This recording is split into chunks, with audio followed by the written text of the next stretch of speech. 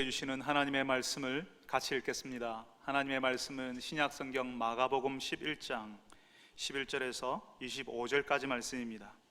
신약성경 마가복음 11장 11절에서 25절, 제가 가진 성경은 신약성경 73쪽입니다. 신약성경 73쪽 마가복음 11장 11절에서 25절까지 말씀을 저하고 함께 교독하겠습니다. 제가 먼저 11절을 읽습니다. 예수께서 예루살렘에 이르러 성전에 들어가사 모든 것을 둘러보시고 때가 이미 저물매 12 제자를 데리시고 베다니에 나가시니라.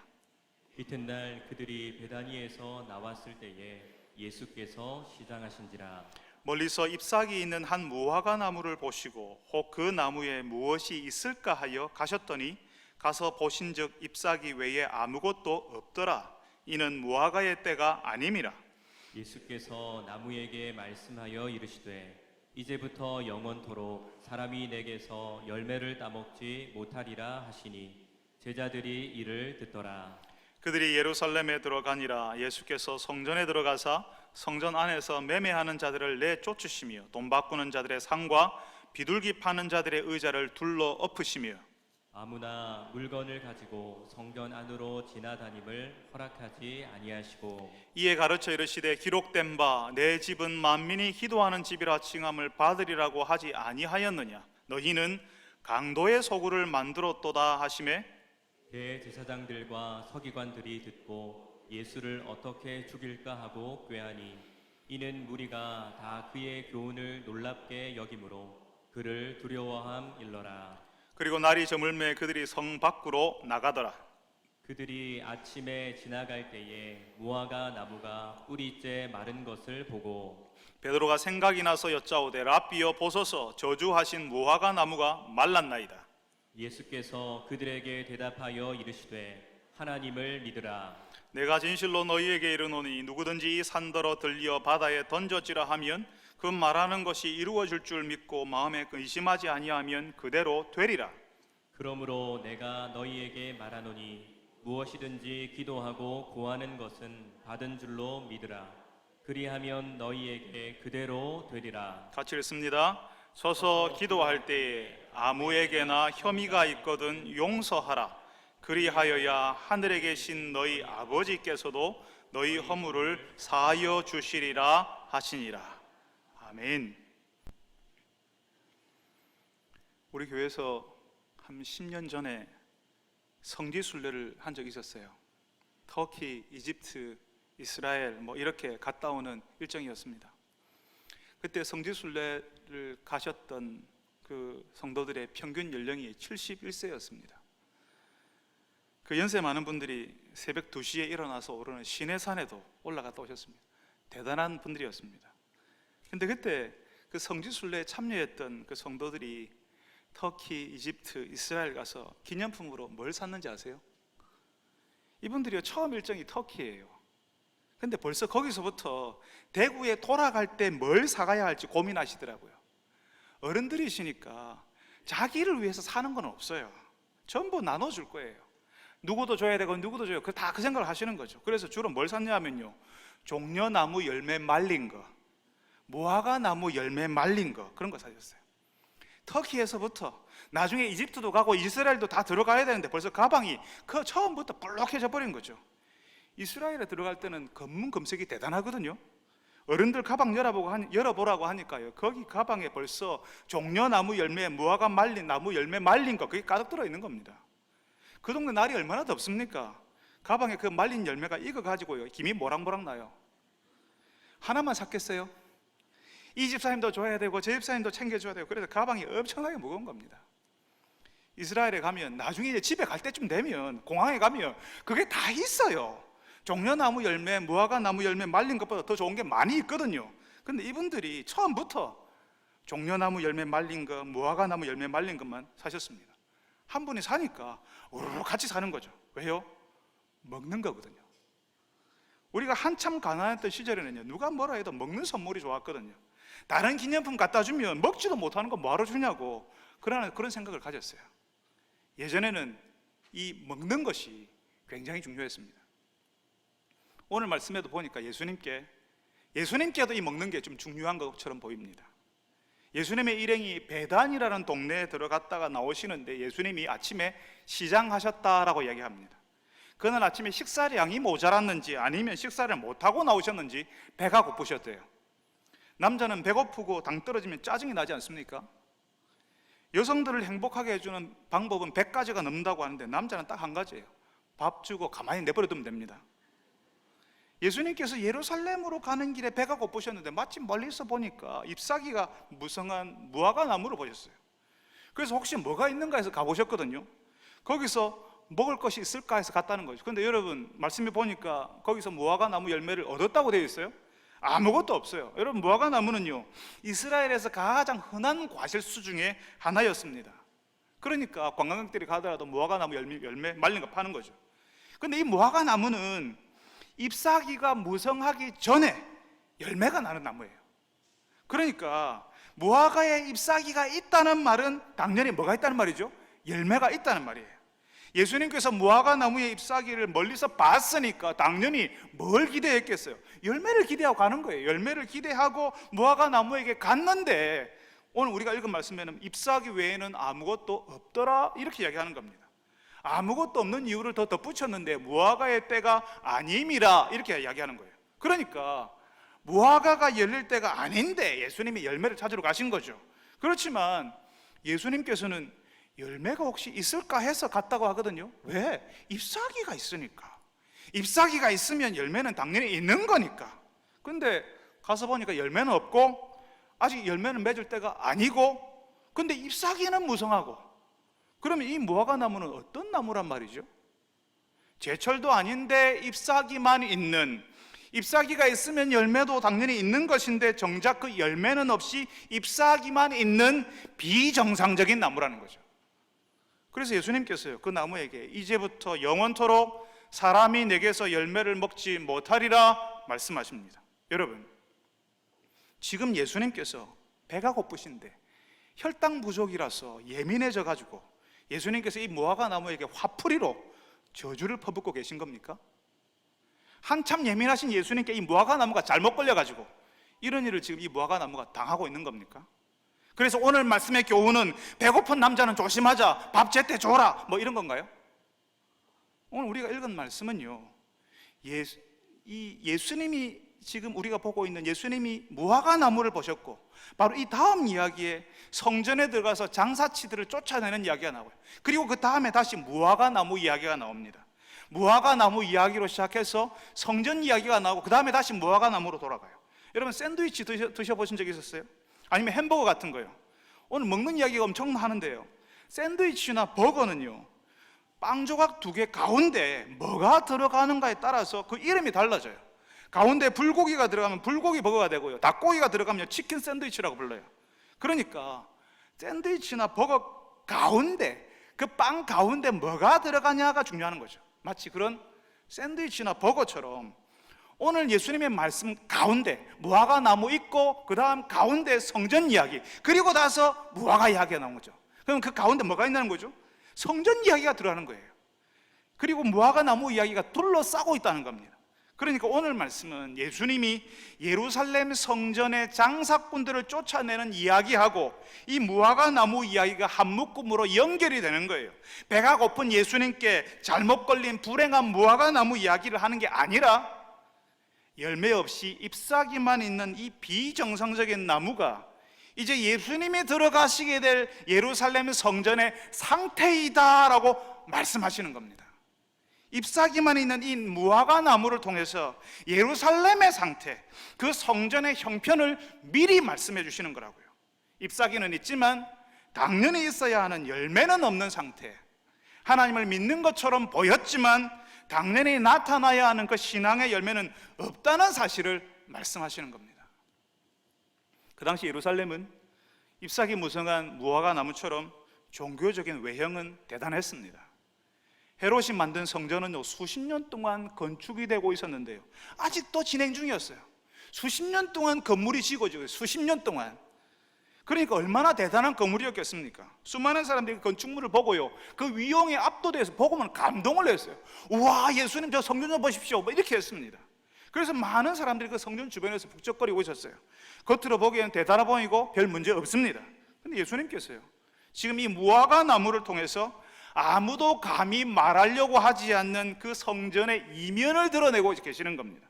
성전 건물은 화려하고 사람들은 북적거리지만 그 잎사귀는 무성하지만 실상은 아무 능력도 생명도 열매도 없는 성전이라는 겁니다. 눈에 보이는 활동은 성전 같아 보이지만 하나님 보시기에 그것은 성전 아니라는 거죠. 사람들은 북적거리는데 하나님께서 찾으시는 것은 없다는 겁니다.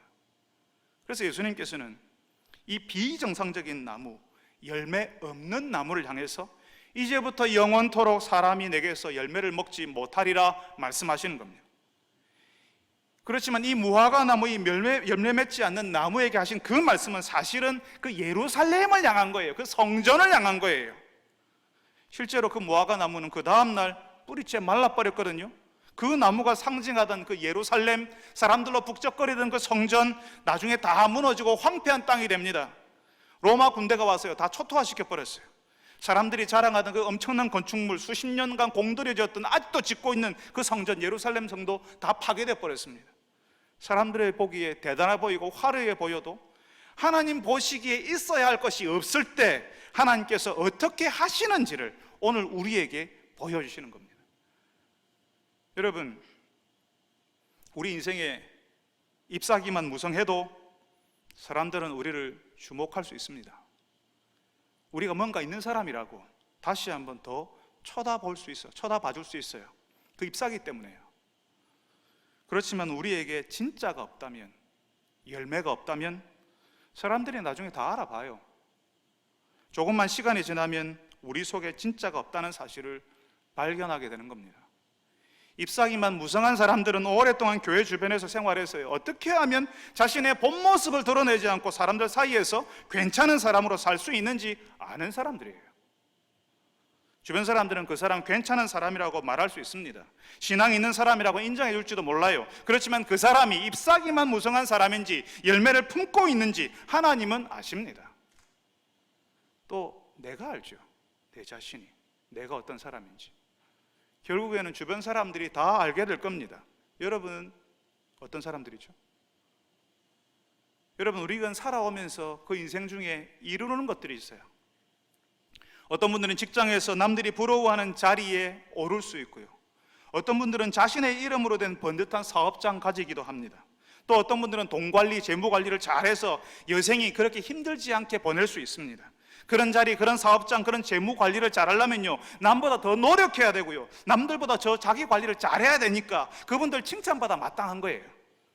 근데 하나님을 위해서는 우리는 일생 동안 무엇을 모으고 뭘 이루었을까요? 특히 하나님께서는 우리가 하나님을 알고 믿고 따르는 증거로 우리에게서 성령의 열매가 나타난다고 하는데, 그 성령의 열매가 우리 인생 가운데 하나씩 그리고 조금씩 뚜렷하게 드러나고 있을까요? 우리 세월이 많아질수록, 우리가 살아온 날이 많을수록 그 성령의 열매들이 내 속에서 뚜렷하게, 예전보다 훨씬 뚜렷하게 나타나고 있을까요? 하나님께서 우리에게 소개해 주시는 성령의 열매는 사랑과 희락과 화평과 오래 참음과 자비와 양성과 충성, 온유, 절제다 말씀하십니다. 여기에 나와 있는 9가지 성령의 열매가요, 다 우리의 인격, 우리의 성품에 관한 거예요. 그러니까 우리에게 나와야 하는 열매라는 것이요, 하나님 때문에 우리의 성품이 바뀌고, 그 성품이 바뀌니까 우리의 모습, 우리의 태도, 우리의 말투, 나의 행동, 나의 눈빛이 모두 바뀌는 것을 의미하는 거예요. 물론 이제 갓 20 넘은 사람에게 이런 열매가 선명하게 나타나는가 이렇게 묻는 것은 좀 너무한 일이죠. 이제 신앙생활 한 지 3년밖에 안 됐는데 그 사람에게 왜 이런 열매가 없냐고 묻는 것은 너무 과한 이야기입니다. 그렇지만 충분히 오랫동안 신앙생활을 했던 우리에게 그 인품이, 그 성품이, 말과 행동이 바뀌었고 지금도 바뀌고 있는지를 물어야 해요. 화려한 스펙은 자랑했지만, 잎사귀는 화려하지만, 그래서 인생에 뭔가 이룬 것 같지만 그 사람이 내어놓은 것이 하나님의 찾으시는 것이 아니라면 오늘 하나님께서는 그 끝이 어떻게 되는지를 보여주시는 겁니다.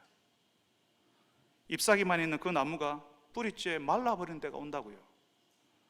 여러분, 하나님이 복 주셔서 사업장도 열었고 승진도 했고 대학도 가고 취직도 하고 결혼해서 자녀들도 얻었지만, 그래서 다른 사람들은 와, 저 사람 하나님이 돕는 사람 같아, 하나님이 인정하는 사람 같아 라고 하겠지만, 하나님을 기뻐하고 내 인생, 내 성품 속에 하나님을 닮은 것이 나타나지 않으면 나는 그냥 잎사귀만 있는 나무인 거예요. 언제 말라 죽어도 이상하지 않은 거예요. 여러분, 사업장이 아닙니다. 취직하고 승진하는 그것이 열매 아니에요. 사업장을 연 나, 취직하고 승진한 나에게 하나님을 기뻐하고 그 하나님 안에서 맺는 기쁨의 열매들이 나오고 있냐, 그래서 내 주변 사람들을 먹이고 있냐, 내 주변 사람들을 그 열매들로 배불리고 있냐라고 하는 거예요. 성지순례 같은 그 어른들이 먹을 것 하나라도 사서 나누고 싶었던 그 마음으로 내 속에서 하나님을 닮은 성품이 내 주변 사람들에게 흘러가고 있냐 하는 겁니다. 사랑하는 여러분들의 인생이 잎사귀만 있는 인생이 아니라 하나님이 찾으시는 열매 있는 인생 되기를 바랍니다. 내 인생이 얼마나 화려한가, 얼마나 대단한 경력을 쌓았나를 보이려고 하는 것이 아니라 하나님 안에 있을 때 나타나게 되는 그 열매를 맺는 성도들이 되시기를 바랍니다. 이제 예수님께서 성전에 들어가세요. 그런데 이 성전에 들어가셔서 예수님이 우리가 생각해왔던 그 예수님의 모습을 보여주잖아요. 정말 충격적인 모습을 보여주십니다. 우리는 예수님을 말할 때 항상 그렇게 말하지 않습니까? 예수님은 사랑이 많으시고 온유하시다, 우리가 그렇게 믿고 있지 않아요? 그런데 이번에 예수님께서는 우리가 상상할 수 없는 행동을 하십니다. 예수께서 성전에 들어가사 성전 안에서 매매하는 자들을 내쫓으시고 돈 바꾸는 자들과 비둘기 파는 자들의 상과 의자를 둘러 엎으시며, 돈 바꾸는 사람들의 상을 엎어버리시고 비둘기 파는 사람들의 의자를 엎어버리셨다라고 이야기해요. 그냥 성전에 들어가다가 상이 걸려 엎어진 게 아니라 지금 예수님께서는 아예 작심을 하고 장사하는 사람들을 내어 쫓고 있다는 거죠. 예수님이 너무 하시는 거 아닙니까? 장사하는 사람들한테 가가지고. 예수님의 그런 행동이 잘 이해 안 되는 게요, 성전에서 매매하는 일은 예전부터 오랫동안 해왔던 일이었어요. 사람들에게 필요한 일이었어요. 여러분들이 외국으로 여행을 가게 되면 은행이나 공항에서 뭘 하시죠? 꼭 하는 게요, 달러로 바꾸거나 여행 가는 그 나라의 화폐로 돈을 바꾸는 일을 해요. 예수님 당시에 지중해 지역, 여러 지역에 흩어져 살던 유대인들이요, 유월절과 같은 명절이 되면 성전에 예배하러 왔어요. 예배하러 올 때 그냥 오지 않고 성전 제사에 사용할 예물을 가지고 왔습니다. 우리가 알다시피 그 당시에 성전 제사는 동물을 잡아서 태우는 희생 제사였어요. 그러면 먼 나라에 살던 사람들이 예루살렘에 올 때 자기 집에서 성전 제사에 바칠 동물들을 끌고 와야 되는데 그게 쉬운 일이 아니라는 겁니다. 그래서 그냥 돈만 가지고 오는 거예요. 성전 주변에 와서 필요한 돈을 주고 사서 성전 제사에 드리는 겁니다. 그러면 그때 어떤 돈을 가지고 오죠? 그 당시 로마 제국에 사용하던 돈, 데나리온, 그 화폐를, 데나리온, 그걸 가지고 오는 겁니다. 그런데 성전에서는 예루살렘 돈만 받네. 세겔이라고 하는 예루살렘 돈만 받아요. 그러니까 먼 나라에서 오는 그 순례객들이요, 헌금도 하고 동물 제사에 사용할 이 동물도 이렇게 사야 되니까요, 환전, 돈 바꾸는 일을 해야 되는 겁니다. 그러니까 성전 주변에는 매매하는 사람들이 필요한 거예요. 돈 바꾸는 사람들이 그렇게 많아야 되는 거예요. 그 모든 것들이 필요 없는 것이 아니라 필요한 거예요. 아무도 그걸 이상하게 생각하지 않았습니다. 그런데 예수님께서 그 매매하는 사람들, 돈 바꿔주는 사람들을 몰아내고 상을 뒤엎어버리는 거죠. 그러니까 참 이상하다, 예수님 참 부담스럽게 일하시네, 이렇게 우리가 생각하게 되는 겁니다. 아니, 도대체 예수님께서 왜 그러시는데요? 예수님께서는 오늘 우리가 읽은 말씀 17절에 그 이유를 이렇게 설명하십니다. 내 집은 만민이 기도하는 집이라 칭함을 받으리라 하지 아니하였느냐? 너희는 강도의 소굴을 만들었도다. 이 성전이 기도하는 집이어야 하는데, 원래는 기도하는 집인데 강도의 소굴로 만들었기 때문에 예수님이 이런 행동을 하셨다, 이렇게 이야기하시는 겁니다. 여러분, 예수님 당시에 성전은요, 엄청나게 큰 건물이었어요. 엄청났습니다. 수십 년 동안 짓고 있던 건물이었다고요. 그 건물이 세 구역으로 나눠져 있었어요. 예루살렘 성전으로 딱 들어오면 넓은 광장 같은 지역이 있었습니다. 그 지역이 이방인의 뜰이라고 불리는 지역이었습니다. 그 넓은 광장을 지나면 문이 나오는데 그 문을 통과해서 들어가면 여성들이 들어갈 수 있는 여인의 뜰이 있었어요. 그 여인의 뜰을 지나서 그 여인의 뜰을 지나서 조금만 더 가면 이스라엘 남자들이 들어갈 수 있는 유대인의 뜰이 있었습니다. 그 유대인의 뜰 앞에는 제사장들만 들어갈 수 있는 성소가 있었습니다. 그러니까 그 당시 사람들은 하나님께서 성전에 계신다, 하나님께서 임재하시는 장소가 바로 여기다라고 해서 성전에 와서 기도했고요, 성전에 와야지만 예배가 제대로 된다고 믿었습니다. 지금도 예루살렘 가보면요, 성전 다 무너지고 벽 하나 남았어요. 통곡의 벽이라고 벽 하나 남았어요. 근데 그 벽 앞에서 기도하는 사람들이 얼마나 많은지 모릅니다. 예수님 당시에도 수많은 사람들이 성전에 기도하러 왔겠죠. 근데 바로 그 장소, 그 성전에 매매하는 사람들, 돈 바꾸는 상인들이 있었다고 하지 않습니까? 그러면 그 사람들은 어디 있었을까요? 그 사람들이 가장 편하게 장사할 수 있는 장소가 어디였겠습니까? 어디서 장사하면 제일 만만하겠습니까?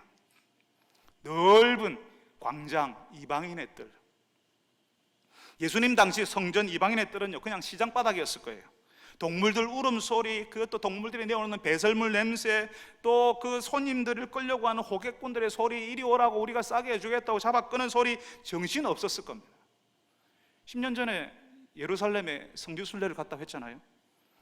그 예루살렘 가보면요, 예수님이 십자가를 지고 지나갔던 장소들마다 표시를 해놨어요. 여기에서 잠깐 쉬셨고, 또 여기에서 십자가를 구레네 시몬에게 십자가를 넘겨주셨고, 그런 장소들마다 표시를 해놨어요. 우리에게는 특별한 장소잖아요. 그러니까 거기서 묵상이라도 하고, 예수님이 십자가를 지고 간 이 거리, 뭐 그렇게 올라가는 언덕, 뭐 그렇게 거기서 묵상하고 기도하고 싶은데요, 할 수가 없어요.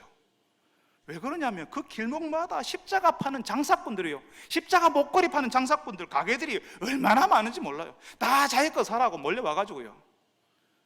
예수님 당시의 성전도 그러지 않았겠습니까? 그런 장소에서 이방인들이 기도할 수 있었을까요? 유대인의 뜰로 들어가지 못하는 불구자들이 적어도 이방인의 뜰에 와서는 기도하고 싶은데 거기서 기도할 수 있습니까?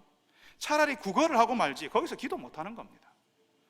그렇다면 여러분, 그 자리에서 장사할 수 있도록, 돈을 바꾸는 일을 할 수 있도록 누가 허락했을까요? 동물 제사를 드릴 때 우리가 정해진 그 장소에서 파는 동물만 사면 흠 없는 것으로 인정해 줄게, 그걸 누가 정했을까요? 대제사장들, 제사장들이 그랬습니다. 그 당시에 성전의 유대 신앙의 최고 권위자는 대제사장이었습니다. 대제사장은 그 당시 유대에서 막강한 권력을 휘두를 수 있는 사람이었어요.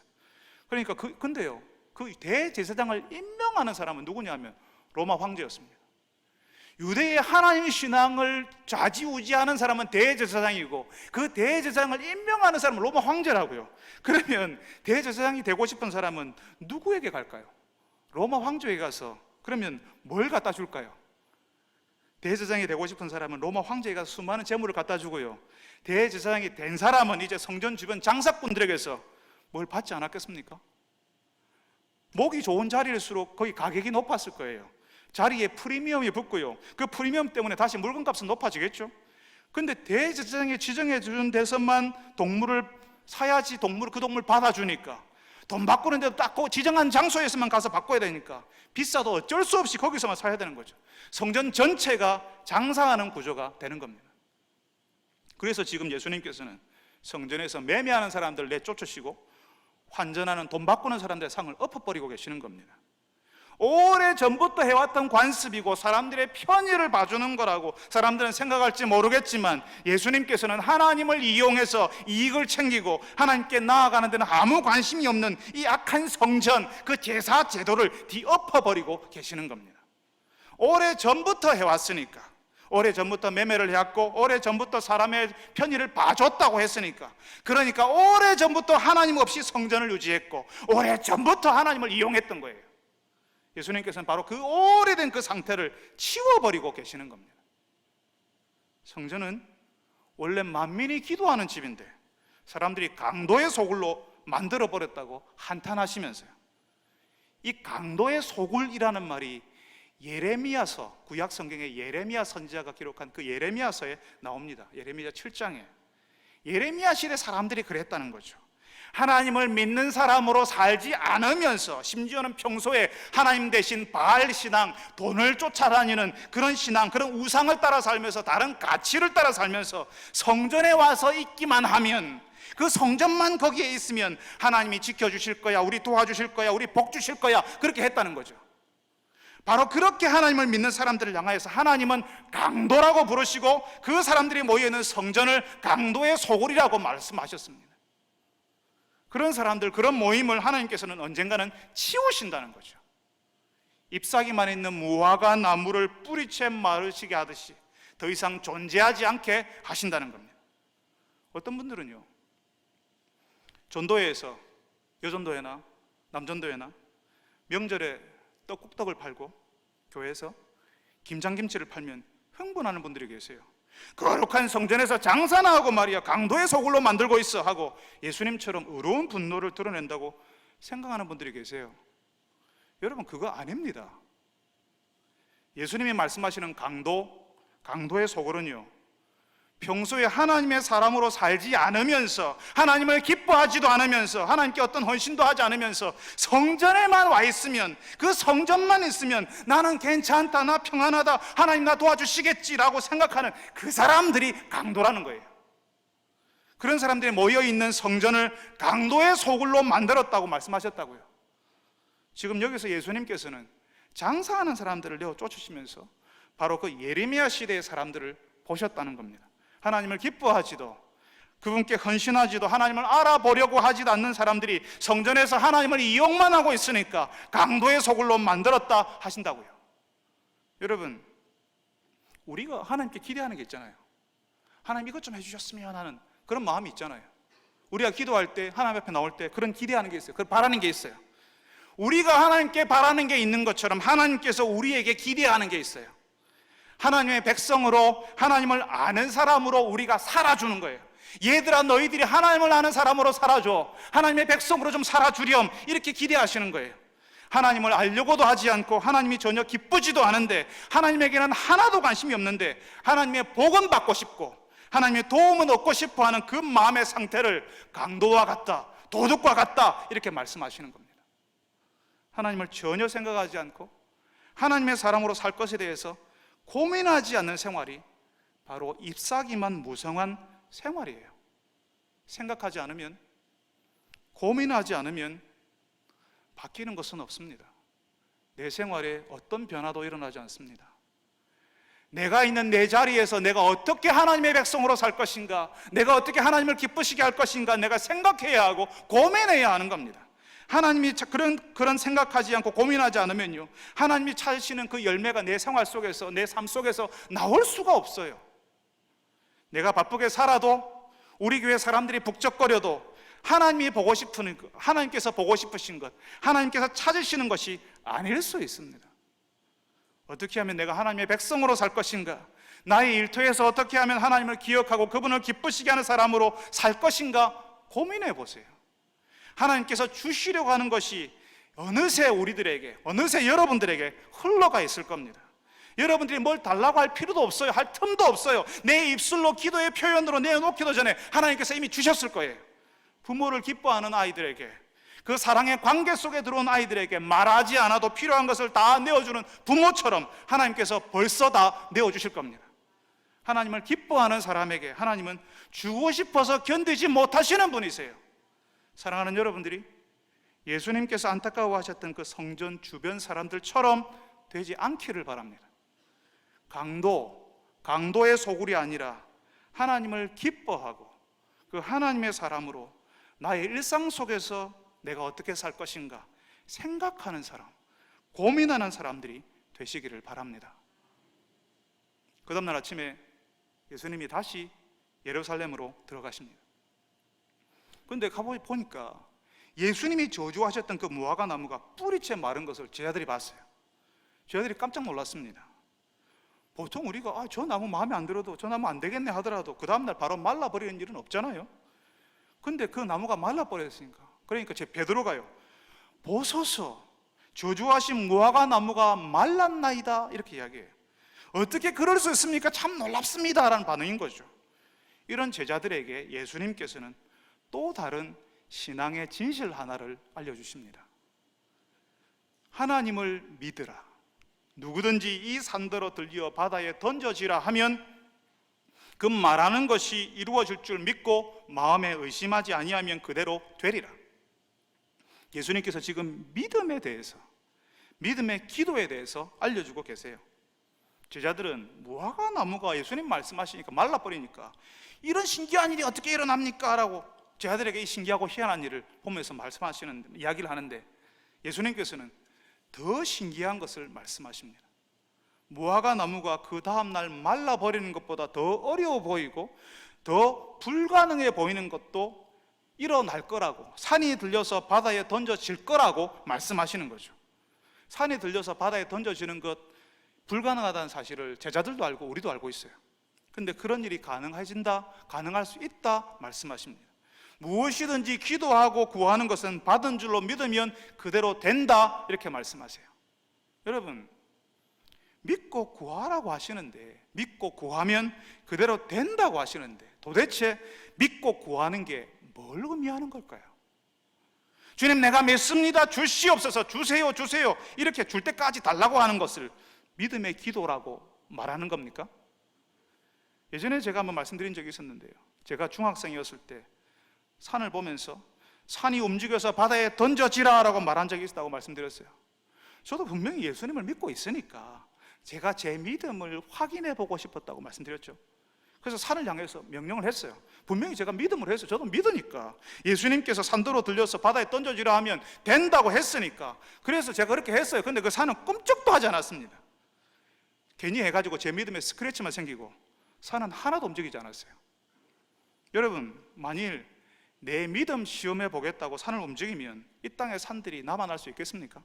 수많은 사람들이 말은 안 하지만 나처럼 산들을 보고 움직여라, 들려라, 바다로 이렇게 했을 텐데, 그 말대로 다 움직이면요, 한국 땅에 산이 안 남아났을 거예요.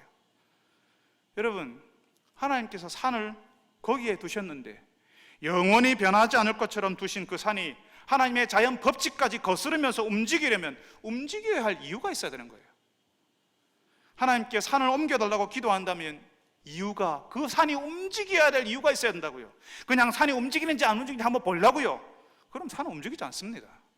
그 산이 들려서 바다에 던져지려면 하나님께서 그 산 뽑아서 바다에 던져야 될 강력한 이유, 그렇게 하지 않으면 안 되는 절박한 이유가 있어야 되는 거죠. 아니, 그렇다면 예수님께서 무화과 나무더러 열매를 맺지 못할 거라고 저주했을 때 왜 그 나무는 그대로 예수님 말씀하신 대로 다 말라버리죠?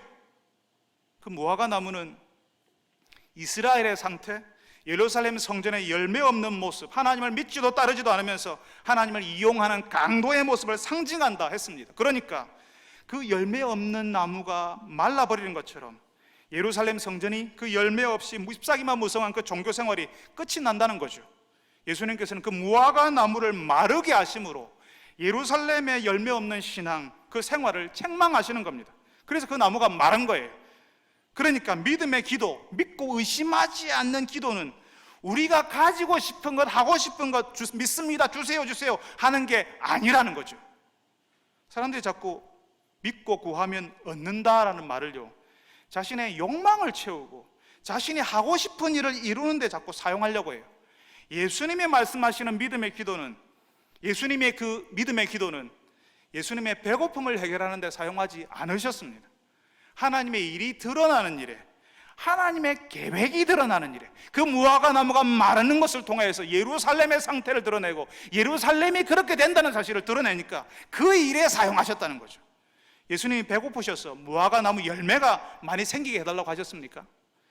예루살렘의 상태가 드러나도록 무화과 나무가 시들게 하신 거죠. 하나님의 뜻이 드러나도록 믿음의 기도를 하셨다는 거죠. 우리는 자꾸 믿고 구한다는 말을 우리가 하고 싶은 것을 하는데 사용하라는 말로 자꾸 들으려고 해요. 그래서 목소리를 크게 해서 계속 반복해서 주세요 주시옵소서라고 그렇게 이야기를 해요. 그렇게 자신이 갖고 싶은 것, 하고 싶은 것을 계속 달라고 하는 기도를 믿음의 기도를 한다면 타 종교인들은요, 우리보다 훨씬 많은 기도를 하고 또 열심히 합니다. 뭐 100일 기도, 1000일 기도 대단하게 하지 않습니까? 그런 방식으로 주세요 주세요 주실 줄 믿습니다 하는 것은 예수님이 말씀하시는 믿음의 기도가 아닐 수 있습니다. 우리가 아무리 열심히 기도해도 우리의 열심과 상관없이 하나님께서 지금 우리에게 주실 수 없는 것이 있고 주면 안 되는 것이 있습니다. 우리에게 주시지 않는 것이 오히려 우리에게 낫기 때문에 주시지 않는 것도 있습니다. 그렇지만 하나님의 뜻을 드러내는 기도에, 그러니까 무화과 나무에 열매가 맺히지 못할 것이라는 예수님의 기도에는 바로 응답하십니다. 불가능한 일이라 생각했는데 그런 일이 일어나게 하시는 거죠. 그러니까 믿고 구한다는 것은 하나님을 믿는 사람이, 안 믿는 사람이 아니라 하나님을 믿는 사람이 마땅히 구하는 기도인 거예요. 하나님을 믿는 사람, 그 하나님을 아는 사람, 하나님을 따르는 사람으로서 하는 기도, 하나님의 뜻을 구하고 그 뜻이 이루어지기를 바라는 기도에는 전혀 불가능해 보이는 그 일이 이루어진다 말씀하시는 겁니다. 여러분, 성전 안에 대제사장들은, 그 성전 주변 장사하는 사람들은 하나님 믿지 않았어요. 하나님을 믿고 구하지 않았습니다. 기도하지 않았습니다.